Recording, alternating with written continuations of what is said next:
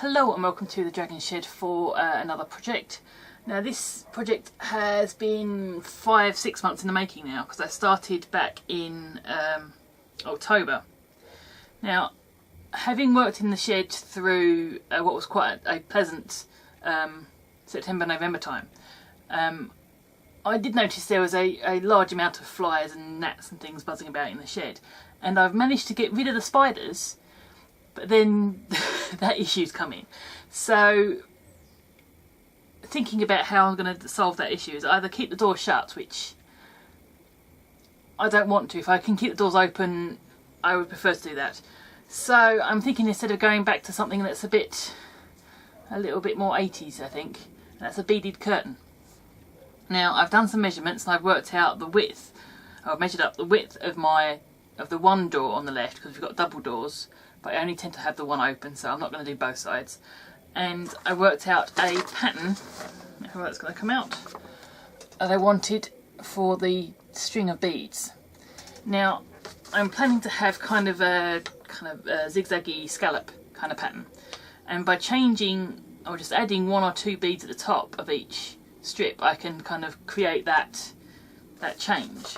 So it's not too much added difficulty in terms of what I need, but the the work has come in making the beads.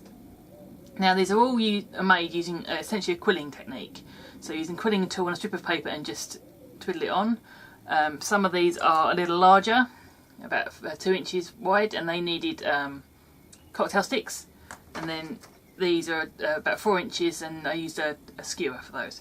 So it's really quite a simple process. I'm not going to show you that bit of it because I didn't film any, to be honest, and because there is so many of them made. So I worked out that for the length of the door I need 48 drops if I'm doing 1 drop per 2 centimeters.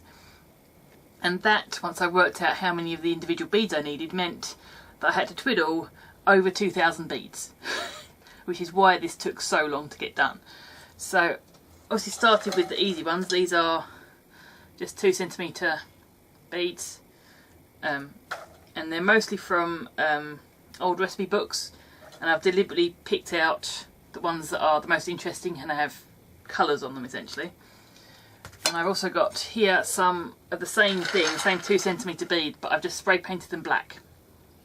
And I used a really simple setup to do the painting, and I just threaded them onto an old vegetable crate and used that to kind of hold them in place, rather than trying to spray individually or paint individually or finish in that way. So all of these were finished using this kind of box idea. So next I've got some triple layered beads. So you've got a small, medium and large width to them. So 2 centimeters, 1.5, and then 1 in the middle.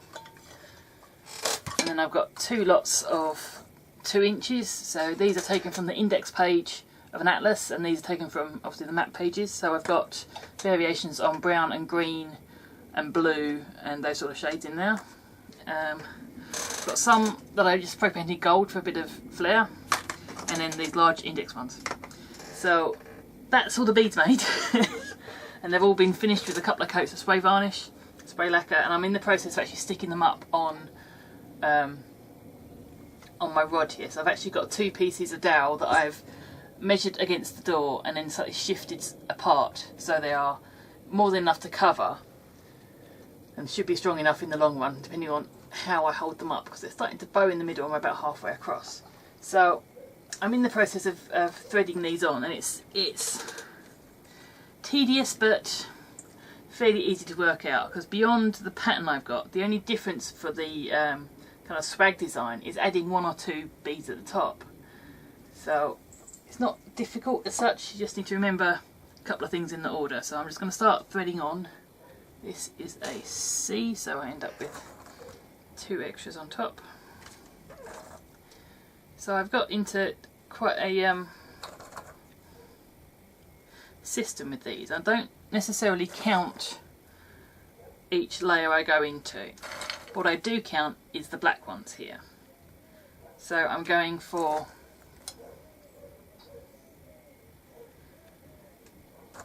a map 2-inch, and then an index 2-inch, and another map, and then 2cm coloured, 2cm black, and then 2cm coloured. So that is kind of my initial kind of routine here. So I need to do this 4 times. So rather than individually counting each layer, I just repeat this 4 times. Before I move on to the slightly fancier bits. I probably should have put the fancy bits in the middle of the strings, but I kind of like them in the bottom. So this is a cotton, no it's not, it's a nylon yarn, I think it was called. I've actually bought 3 rolls because I wasn't entirely sure how much I'd need. So I've got 300 metres of this stuff. But it seems to be working quite well. You could use a thick beading wire, but that tends to get expensive if you do that. So hand 1, 2, so you get 1 more. Or fishing line if you can get some thin fishing line. I think this is pretty much the same sort of stuff anyway. So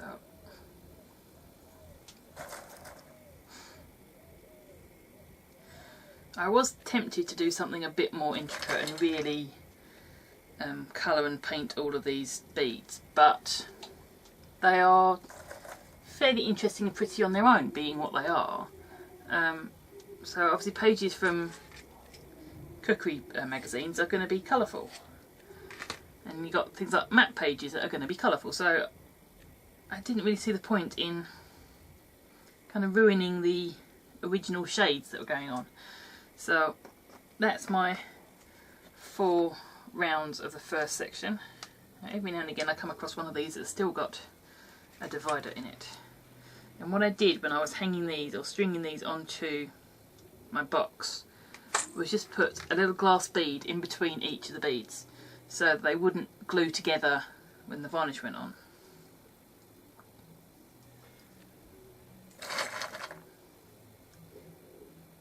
So this doesn't take a lot of thought. You could probably go out, you could definitely go out and buy a couple of packs of cheap plastic beads and do that instead. But you kind of miss half the experience. And the whole point of it really is to make something that is worth making and it's worth the time, because this is a what I call a winter project, and it's something that I can do in the house without making a lot of mess. So almost there. So as I said, it's something I can do in the house. I normally have a sewing kind of project or something like that, which is quite well contained for a winter project, but this seemed pretty much ideal.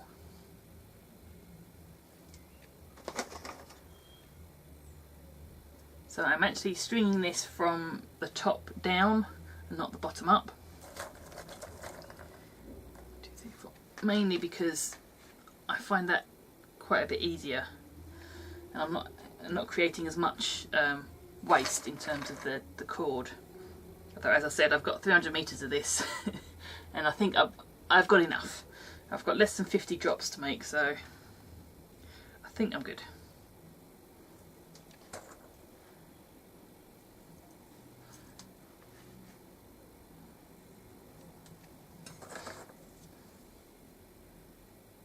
I was originally intending to do kind of a loop when making each of these strings, to do essentially 2 strings at a time, kind of threading from the bottom up and round and then attaching at the very top. But I tried that with the first couple and I made it more difficult. As usual, I made something more difficult than it needed to be. So in the end it's coming down to doing 1 at a time. I have plenty of cord, so I'm not so worried about running out of that. So I'm at the bottom of this string now, and I'm using a selection of different beads to add to the bottom. So I've got some largish wooden ones, some soapstone that actually came from a charity that does kind of jewellery and carving and that kind of thing, and I've got a load of bells. So there is movement and sound, because the thing with bead curtains is you tend to have a kind of rattly noise when someone comes in, but obviously you're not going to have that because they're plastic or they're paper, so that kind of adds that element of this. So this is a C string. So C strings get 3 little beads, and what I'm doing to fix these together is just using a crimp ring, which is intended for jewellery but definitely works here. So I'll show you a little closer what I'm doing with the next string I do, if that makes sense. What you're seeing here is the next string, not this one. So crimps just make it really easy to secure the bottom of the string here without trying to tie a knot in nylon cord, which is notoriously difficult for tying and maintaining. And then I'm just threading the beads back over the loose end, like that. Now we're ready to string it onto the dowel. Just making sure that I've pulled that all the way down, it's sitting at the bottom, and I'm going to cut off about 20-25 centimetres to give me enough to tie with. So just looping it over and around itself. I've got it backed onto some black velvet so that I can see where the cord is going, and it also helps you. And then when I come to the end here, bring the end through a loop and just tie that in. And then just to finish that off, I'm going to tuck my loose end down this first bead. Okay, so my bead curtain is up. I've actually wrapped the dowel with a bit of ribbon to basically protect the glue joint at the top here. It's probably unnecessary, and if I have any issues with the cords breaking, I've probably got to untwiddle, which will be interesting. But it's up and it's done. I've got 3 cup hooks here just on the frame of the door, and actually it looks better on camera. You can see more of the kind of zigzag pattern here that I was developing, so I'm actually quite happy with that. And there's a nice amount of jingle on these because I've alternated between bells and soapstone and little wooden beads, so I've got some sort of interest on there.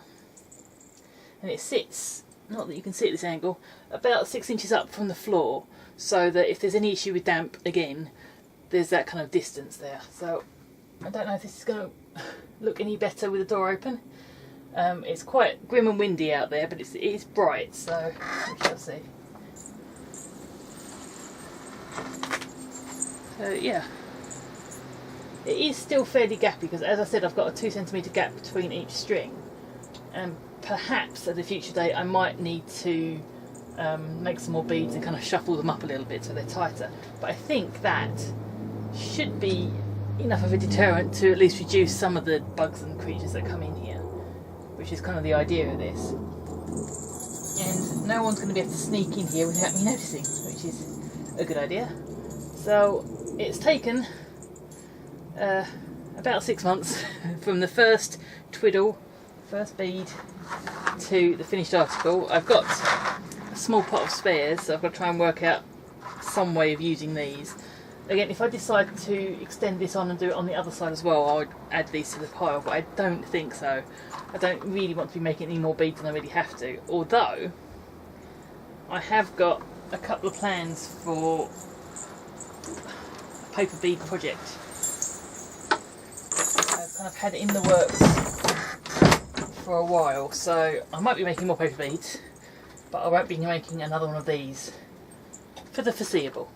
So I consider this project completed, and I'll see you again next week.